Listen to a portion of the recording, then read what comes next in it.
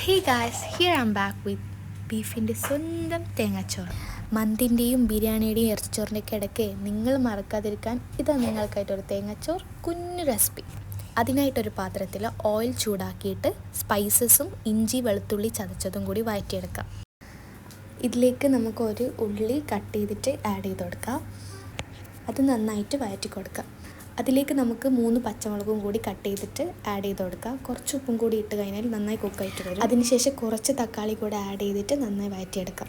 ഈ ഒരു സമയത്ത് നമ്മൾ ചിരകിയ തേങ്ങയിൽ കുറച്ച് മഞ്ഞൾപ്പൊടി, കുറച്ച് മല്ലിപ്പൊടി, ആവശ്യത്തിനുള്ളൊരു ഉപ്പ്, പിന്നെ കുറച്ച് ജീരകം, ഇതൊക്കെ കൂടിയിട്ട് നല്ലോണം ഗ്രൈൻഡ് ചെയ്തെടുക്കാം.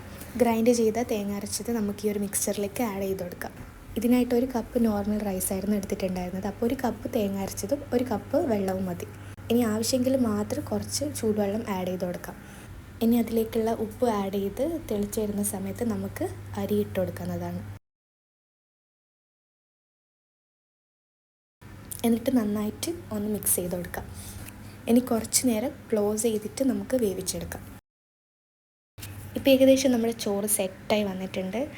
ഈ ഒരു തേങ്ങാച്ചോറും ബീഫും അടിപൊളിയാട്ടോ. അപ്പോൾ okay, bye guys, do share and like my video.